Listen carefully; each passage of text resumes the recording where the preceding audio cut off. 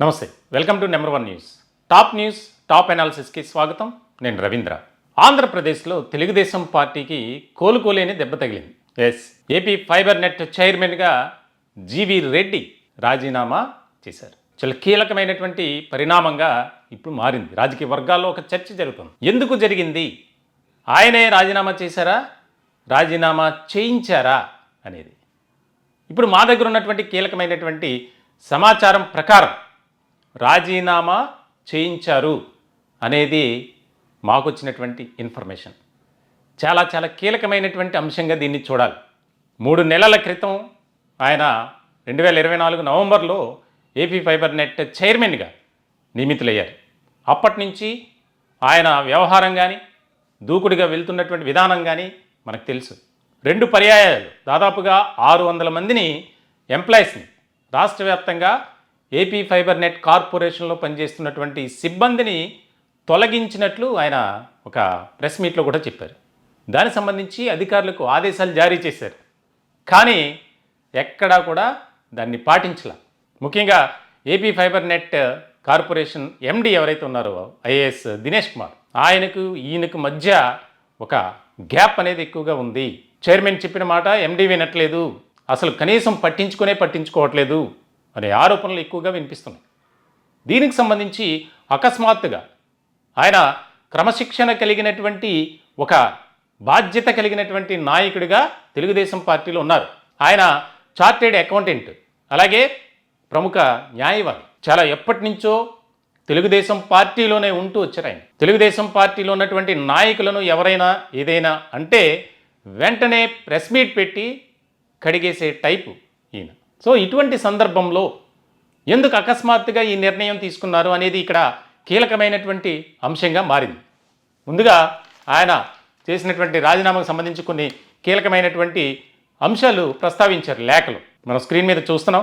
Date 24/2/2025 to Shri Nara Chandrababu Naidu గారు, Telugu Desam party జాతీయ అధ్యక్షులు, గౌరవనీయ ఆంధ్రప్రదేశ్ ముఖ్యమంత్రి, అమరావతి. విషయం: రాజీనామా సమర్పణ. రెస్పెక్టెడ్ సార్, వ్యక్తిగత కారణాలతో నేను తెలుగుదేశం పార్టీ ప్రాథమిక సభ్యత్వం, జాతీయ అధికార ప్రతినిధి హోదా మరియు AP state fibre net limited chairman పదవుల నుండి రాజీనామా చేస్తున్నాను. మీరు నాపై ఉంచిన విశ్వాసానికి, అందించిన మద్దతుకు మరియు నాకు ఈ కీలకమైన బాధ్యతలను నిర్వహించే అవకాశం కల్పించినందుకు హృదయపూర్వక కృతజ్ఞతలు తెలియజేస్తున్నాను. తెలుగుదేశం పార్టీ మరింత బలంగా ఎదిగి ప్రజాసేవలో ముందుండాలని ఆకాంక్షిస్తున్నాను. ఇక మీదట పూర్తిగా న్యాయవాద వృత్తిలో కొనసాగుతాను మరియు భవిష్యత్తులో ఎటువంటి రాజకీయ పార్టీలో చేరే ఉద్దేశం లేదు. ధన్యవాదాలతో జీవి రెడ్డి, టీడీపీ జాతీయ అధికార ప్రతినిధి, AP state fibre net limited chairman. ఇక్కడ చాలా కీలకమైనటువంటి అంశాలు ప్రస్తావిస్తూ నేను రాజకీయాలకు దూరంగా ఉంటాను అని చెప్పారు. అసలు గత కొద్ది రోజుల క్రితం, అంటే 4 రోజుల క్రితం ఆయన ఒక ప్రెస్ మీట్ని ఏర్పాటు చేశారు. 21వ తేదీన ఆయన చాలా కీలకమైనటువంటి వ్యాఖ్యలు చేశారు. 3 అధికారుల పేర్లు చెప్పి ఇమీడియట్గా తొలగించండి అని చెప్పి ఆదేశాలు జారీ చేశారు ప్రెస్ మీట్లోనే. చాలా కీలకమైనటువంటి అంశంగా అప్పటి నుంచి చర్చ జరుగుతుంది. దీనికి సంబంధించి ఎవరైతే ఐఏఎస్ అలాగే కొంతమంది కీలకమైనటువంటి వ్యక్తులు ఉన్నారో ఆ కార్పొరేషన్లో ఫైబర్ నెట్లో, వారంతా ముఖ్యమంత్రి నారా చంద్రబాబు నాయుడికి ఫిర్యాదు చేశారంటే వెళ్ళి, ఆయన వ్యవహార శైలి మార్చుకోకపోతే తీవ్రమైనటువంటి పరిణామాలు ఉంటాయని. అటువంటి సందర్భంలో చాలా కీలకమైనటువంటి నిర్ణయం తీసుకోవడం. ఆయన ఆ రోజు ప్రెస్ మీట్లో చాలా క్లియర్ కట్గా చెప్పారు. ₹1 ఆదాయం రాకపోగా సంస్థకు కోట్ల రూపాయల నష్టం వాటిల్లింది కొంతమంది వ్యక్తుల వల్ల. రాజద్రోహం, రకరకాల పేర్లు ప్రస్తావించారు అధికారులు. అలాగే కొంతమంది గత ప్రభుత్వం వైఎస్ఆర్సీపీ పెద్దలతో కుమ్మక్కై ఈ యొక్క సంస్థను నిర్వీర్యం చేస్తున్నారు అని. ముఖ్యంగా ఆయన చెప్పినటువంటి పేర్లు: భరద్వాజ్, చీఫ్ టెక్నాలజీ ఆఫీసర్, అలాగే Suresh, business head operations, Haider Khan, procurement సంబంధించి. ఈ 3 అధికారులను వెంటనే తొలగించండి. Services not required today onwards అని చెప్పి చాలా క్లియర్ కట్గా ప్రెస్ మీట్లో చెప్పారు. సాధారణంగా ఎవరు కూడా ఈ రకమైనటువంటి నిర్ణయం తీసుకోరు. కానీ ఆయన పడిన ఆవేదన, సంస్థ ఏ రకంగా నష్టపోతుంది, కోట్ల రూపాయలు దుర్వినియోగం అవుతుంది, ఇంతమందికి జీతాలు ఎందుకు, పనిచేయని వారు సంస్థలు ఎందుకు, ఇదే అంశం. ఆ రోజు ప్రెస్ మీట్లో 21వ తారీఖున జరిగినటువంటి ప్రెస్ మీట్లో ఆయన చాలా కీలకమైనటువంటి అంశాల గురించి మాట్లాడారు. ఒకసారి ముఖ్యమైనటువంటి విషయాలు మీరు కూడా చూడండి. చేదోడు వాదోడుగా ఉంటే అసలు బిజినెస్ను ఒక అడుగు కూడా ముందుకు పోనీయకుండా ముగ్గురు వ్యక్తులు ఉన్నారు.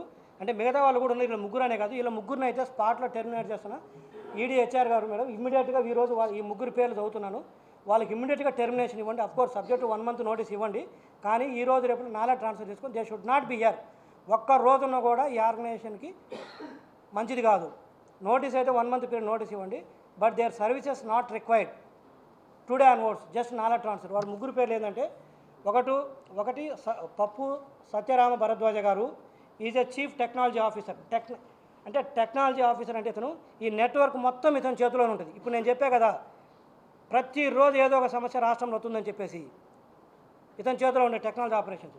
రెండోది వచ్చేసరికి గంధంశెట్టి సురేష్ గారు, ఇతని చేతిలో బిజినెస్ హెడ్. ఇతని చేతిలో మొత్తం బిజినెస్ ఉంటుంది. ఇందా చెప్పే కదా, ₹1 బిజినెస్ రాలేదు, ఒక్క కనెక్షన్ కూడా కొత్తది కాలేదు. ఇతని మీద గతంలో కూడా ఆంధ్రజ్యోతి వాళ్ళు రాశారు ఫైబర్ ప్రక్షాళన ఏదని. హరిగారు మీదే కదా రాశారు, ఇదే ప్రక్షాళన ఈ పొద్దు చేస్తాను. అతని మీద పర్టికులర్ అతని పేరుతో రాస్తూ మిగతా ఓవరాల్ కూడా అడిగారు ఫైబర్ ప్రక్షాళన ఏది. సో ఈరోజు కొంత ఇంతకుముందు అయింది, ఇప్పుడు కొంత. మూడో వ్యక్తి పేరు మేడం శశాంక్ హైదర్ ఖాన్. ఇతను వచ్చేసరికి ప్రొక్యూర్మెంట్లో ఉంటూ గత మేనేజ్మెంట్లో ఎన్నో అవకతవకలు జరిగితే ప్రొక్యూర్మెంట్లో ఒక్క విషయాన్ని కూడా చైర్మన్గా నాకు ఒక్కరోజు కూడా వచ్చి చెప్పిన పాపాన పోలేదు. విజిలెన్స్ వాళ్ళు చెప్తాను, విజిలెన్స్ వాళ్ళు వస్తే వాళ్ళకు కూడా సహకరించిన పాపాన పోలేదు. ఆ పాయింట్కి వస్తాను. వీళ్ళు ముగ్గురు మేడం ఇప్పుడు నేను చదివిన పేర్లు, వీళ్ళు ముగ్గురిని ఇమ్మీడియట్గా ఈ రోజే టెర్మినేట్ చేస్తూ నాలెడ్జ్ ట్రాన్స్ఫర్ చేసుకున్న తర్వాత సబ్జెక్టు ఇవ్వండి. వీళ్ళు ముగ్గురు ఏదైనా అతిక్రమం చేసినా ఏది చేసినా కూడా తదుపరి చర్యలు చాలా కఠినంగా ఉంటాయి. అందులో మొహమాటం ఏం లేదు. ఎవరు చార్జ్ చేపించుకున్నా కూడా. అంటే జీవీ రెడ్డి ఆయన ఒక క్రమశిక్షణ కలిగినటువంటి వ్యక్తిగా ఆయనకు మంచి పేరు ప్రఖ్యాతులు ఉన్నాయి.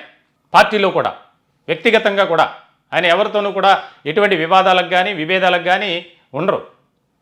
అటువంటి వ్యక్తి ఉన్నట్టుండి ఒక్కసారిగా హైదరాబాద్ వెళ్ళటం, 21వ తారీఖున ప్రెస్ మీట్ జరిగిన తర్వాత ఆయన హైదరాబాద్ వెళ్ళి తన అనుచరులు ముఖ్యమైనటువంటి వ్యక్తులతో సమావేశమయ్యారట, ఆవేదన వ్యక్తం చేశారట. తెలుగుదేశం పార్టీలో ముఖ్యంగా కూటమిలో ఏ రకమైనటువంటి పరిస్థితులు ఉన్నాయంటే 2 గ్రూపుల కింద ఉంది ఒకటే పార్టీలో, తెలుగుదేశం పార్టీలో. వారంతా ఒక వర్గానికి పనిచేస్తున్నారని, మరొకరు ఇంకొక వర్గం పార్టీలోనే. దీనికి సంబంధించి చిన్నబాబు వర్గానికి సంబంధించి కొంతమంది ఆయన ఇబ్బందులకు గురి చేశారు, గురి చేసే విధంగా మాట్లాడుతున్నారు అనేది కూడా బయటకు వచ్చినటువంటి అంశం. ఎంతవరకు వాస్తవం తెలియదు, కానీ వినిపించేది ఇది. చిన్నబాబు గారు వర్గీయులు ఇబ్బంది పెడుతున్నారు. ఈ ఎండి అయితే కానీ ఇప్పుడు ఎవరినైతే తొలగిస్తూ నిర్ణయం తీసుకున్నారు జీవీ రెడ్డి, వారంతా ఆయన అప్రోచ్ అయినట్లు, తెలుగుదేశం పార్టీ నుంచే సీరియస్గా వార్నింగ్ ఇచ్చినట్లు జీవీ రెడ్డికి మా పరిశీలనలో తేలినటువంటి అంశాలు ఇవి. ఒక మంచి వ్యక్తిగా జీవీ రెడ్డి ఆయన వాయిస్ ఎప్పుడు కూడా మా పార్టీ తరపున వినిపించేటువంటి వ్యక్తిగా ఉన్నారు. వెంటనే మాట్లాడే ప్రయత్నం చేశాం, కానీ ఆయన ఫోన్ కంటిన్యూగా బిజీలోనే ఉంది. మొత్తానికైతే ఆంధ్రప్రదేశ్ రాష్ట్ర రాజకీయాల్లో చాలా కీలకమైనటువంటి పరిణామం. ఒక రకంగా చెప్పాలంటే ఒక కుదుపనే చెప్పాలి. ఎందుకంటే తెలుగుదేశం పార్టీలో చాలా ముఖ్యమైనటువంటి నాయకుడిగా ఉన్నారు. ఎప్పటి నుంచో పార్టీని అంటిపెట్టుకొని పార్టీ ప్రయోజనాలే ప్రధాన లక్ష్యంగా ఆయన ధ్యేయంగా పనిచేస్తూ వస్తున్నారు. ఇలాంటి సందర్భంలో ఇదొక చాలా ముఖ్యమైనటువంటి అంశంగా చర్చ జరుగుతుంది. ఏం జరిగింది? ఆయనైతే అంత సీరియస్గా తీసుకున్నటువంటి వ్యక్తి సంస్థ అభివృద్ధి కోసం, సంస్థ డెవలప్ అవ్వాలి, సంస్థ ద్వారా ప్రభుత్వానికి ఆదాయం తెచ్చేటువంటి మార్గాన్ని మనం చూపించాలి. ఫైబర్ నెట్ డెవలప్మెంట్ అనేది ఏ రకమైనటువంటి పరిస్థితి ఉందో మనకు తెలుసు. ఆయన పారిశ్రామికంగా కూడా ఒక బిజినెస్ మ్యాన్గా ఉన్నారు. అలాగే అన్నీ తెలిసినటువంటి వ్యక్తి. అందుకే చంద్రబాబు నాయుడు ఏరుకోరి ఆయన్ను చైర్మన్గా ఫైబర్ నెట్కి పెట్టారు. చంద్రబాబుతో చాలా మంచి సాన్నిహిత్య సంబంధాలు కలిగినటువంటి వ్యక్తి. కానీ ఈ గ్రూప్ రాజకీయాల్లో జీవీ రెడ్డి బలయ్యారు అని ఖచ్చితంగా చెప్పచ్చు. అని చూసాం మనం. ఆయన నోట్ పంపించిన దాంట్లో చాలా క్లియర్గా పెట్టాను, నేను ఏ పార్టీలోకి వెళ్ళను, నేను న్యాయవాది వృత్తిలో కొనసాగుతాను అని. చాలా స్ట్రైట్ ఫార్వర్డ్గా ఉంటారు మాట్లాడే విధానం కానీ, ఆయన తీసుకునే నిర్ణయాలు కానీ. 3 నెలల్లో ఆయన చైర్మన్గా బాధ్యతలు స్వీకరించిన తదుపరి ఎటువంటి చేంజెస్ అనేది తీసుకొచ్చారో మనం చూసాం. ఎక్కడా కూడా ఎవరైనా టైంకి రాకపోతే వారిని వెంటనే వార్నింగ్ ఇవ్వటం, దానికి సంబంధించి అంటే ఒక ప్రక్షాళన చేసే దిశగా జీవీ రెడ్డి వెళ్తున్నారు. అంతమంది ఉండి అంతమందికి జీతాలు ఇస్తూ సంస్థ కనీసం ఆదాయ వనరులు అనేది లేదు. ఇటువంటి క్రమంలో ఇప్పుడు జీవీ రెడ్డి వ్యవహారం ఏంటి, అసలు పార్టీలో ఒక రకమైనటువంటి ప్రకంపనలు, కీలకమైనటువంటి పరిణామంగా మారింది.